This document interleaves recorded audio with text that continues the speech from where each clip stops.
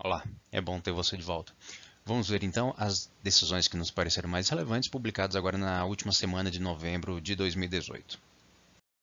A primeira decisão que vemos então são os embargos 60.000, dígito 40 de 2009, no qual se confirma a competência da Justiça do Trabalho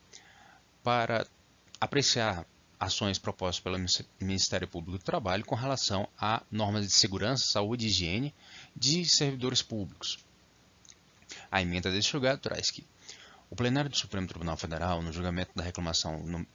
3.303, concluiu que a restrição da competência da Justiça do Trabalho para julgar as causas de interesse de servidores públicos resultantes do decidido na ação direta de inconstitucionalidade 3395 não alcança as ações civis públicas propostas pelo Ministério Público do Trabalho, cuja causa do pedir seja o descumprimento de normas de segurança, saúde e higiene de trabalhadores. Assim se tem que quando o Ministério Público do Trabalho propõe ação civil pública baseado no descumprimento dessas normas de segurança e saúde do trabalho, a Justiça do Trabalho é competente, ainda que se for discutir alguma questão relativa especificamente ao contrato individual de cada um desses servidores públicos, a Justiça do Trabalho não seria competente. O próximo caso que vemos é o agravo em embargos 1050 de 97 de 2012, que revela, ou que confirma, melhor dizendo, a não aplicação da súmula 393 ao recurso de revista. A súmula 393 trata do efeito devolutivo em profundidade peculiar ao recurso ordinário trabalhista. Relembrando, então, o efeito devolutivo em profundidade peculiar aos recursos de natureza ordinária, como a apelação ou o recurso ordinário trabalhista, tem essa capacidade de devolver o conhecimento do judiciário todas as matérias que foram submetidas à primeira instância, diferentemente do recurso de revista ou do recurso especial, do recurso extraordinário ao STF, os quais dependem de argumentação, de impugnação específica no seu bojo para habilitar o judiciário ao conhecimento da matéria. É assim então que a emenda traz. O reclamante sustenta que a consequência lógica e jurídica decorrente da condenação da reclamada ao pagamento das horas extras excedentes da sexta diária é o exame da pretensão das diferenças de adicional noturno e do adicional de risco, em razão do recálculo das horas extras pela aplicação do novo divisor de 180, uma vez que essas verbas também são remuneradas com base no salário hora. Constata-se que a parte não tratou dessas questões no seu recurso de revista, não tendo requerido sequer o deferimento de eventuais reflexos, o que de fato revela o seu conformismo no aspecto ante a falta de devolutividade da matéria. A referida súmula 393, trata da aplicação do efeito devolutivo em profundidade apenas em recurso ordinário e não em recurso de revista perante essa corte, sendo, portanto, inespecífica ao caso desses autos. Aqui no caso, como se vê, então, a devolução da matéria ao conhecimento da instância extraordinária, como se dá no TST, no STJ ou no STF, depende da impugnação específica, ou seja, da formulação de pretensão específica pela parte no sentido de que aquela matéria seja conhecida novamente. Aqui na hipótese, se o julgamento da primeira instância fosse no sentido de rejeitar essa condenação ao pagamento de horas excedentes a sexta, ou seja, o reconhecimento de que a carga normal diária de trabalho do reclamante era de 6 horas e, consequentemente, o divisor a ser aplicado era de 180, o Tribunal Regional, no exame de um eventual recurso ordinário do reclamante, poderia conhecer dessas outras questões relativas ao adicional noturno e ao adicional de risco. Entretanto, o recurso de revista do reclamante veio tratando apenas da questão principal, ou seja, da questão que era prejudicial a todas essas outras, referentes às parcelas acessórias. Como não houve essa discussão, não houve a apresentação dessa pretensão, sequer pela mera referência ao deferimento de eventuais reflexos, a turma ficou impossibilitada de examinar, por mera decorrência lógica, o cabimento ou não desses adicionais. Em consequência, deve sempre atentar no exame ou na formulação de recursos e revistas que as pretensões recursais devem ser o mais claramente explicitadas, de modo a não se submeter a variações como essa. O próximo caso que vemos é o agravo em embargos 1161 de 81 de 2012, no qual se revela que não se aplicam os limites previstos na súmula 126 quando o recurso de revista trate de julgamento fora, aquém ou além do pedido. A emenda desse julgado traz que não prospera a alegação recursal de revolvimento fático-probatório dos autos, pois, independentemente dos elementos fático-probatórios registrados no acordo regional,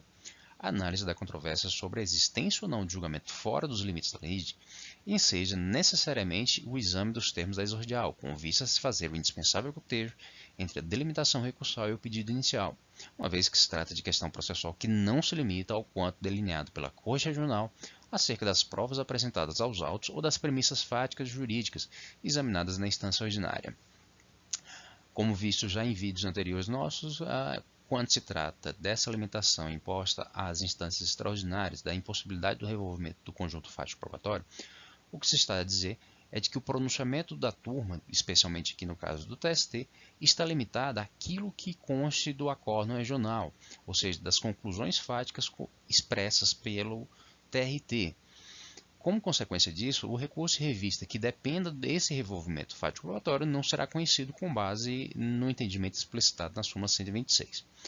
O caso específico aqui tratado é de que o recurso de revista estava baseado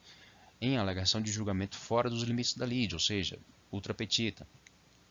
E no caso, o que se entendeu é de que, como a análise dessa alegação depende necessariamente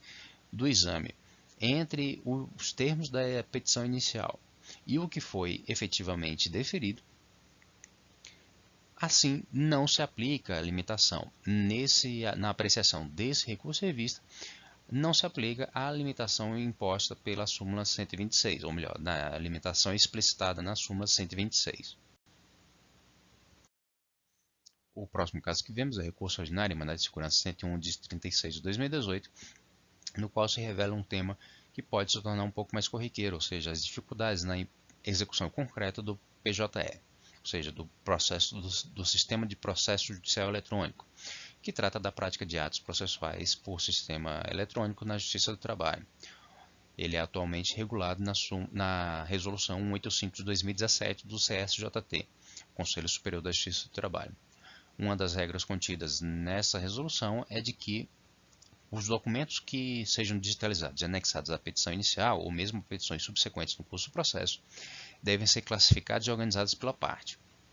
No caso concreto, houve a impetração de um mandado de segurança sem que a parte observasse essa necessidade de classificação e organização. O Tribunal Regional, ao invés de conceder prazo para o saneamento, simplesmente extinguiu o feito. E a isso se refere o exaurimento da instância tratado na ementa. A ementa, então, tem que o exaurimento da instância por vício de ordem formal reclama a prévia concessão de oportunidade para saneamento, nos termos do parágrafo único do artigo 321 do CPC de 2015, segundo a diretriz posta na súmula 263 deste TST. É o que também preconizava a Resolução 136 de 2014 do CSJT, que instituiu o PJE-JT como sistema de processamento de informações e práticas de atos processuais, cujo artigo 22, parágrafo 4º, impõe que, na ausência de adequada classificação e organização dos documentos digitalizados e anexados à petição inicial, deve ser observada a norma do artigo 321, parágrafo único do CPC de 2015. Em idêntica direção, o disposto no artigo 16 da Resolução 185 de 2017 do CSJT. O sistema atualmente utilizado na Justiça do Trabalho é o PJE, não o PJE Justiça do Trabalho, que era um sistema independente. É importante que quem atue de forma constante na Justiça do Trabalho tenha sempre presente o teor da Resolução 185, especialmente para evitar que situações como essa ocorram novamente, ou seja, de que seja desconsiderada a determinação de se possibilitar o saneamento de vícios de menor monta em nome da plena prestação da atividade jurisdicional.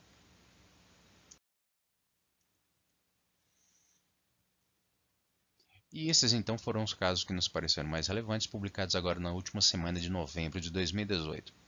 Se alguma das questões que foram abordadas nesses julgados lhe pareceu importante ou mereçam uma atenção diferenciada, deixe indicado nos comentários e podemos tratar dela em vídeo apartado.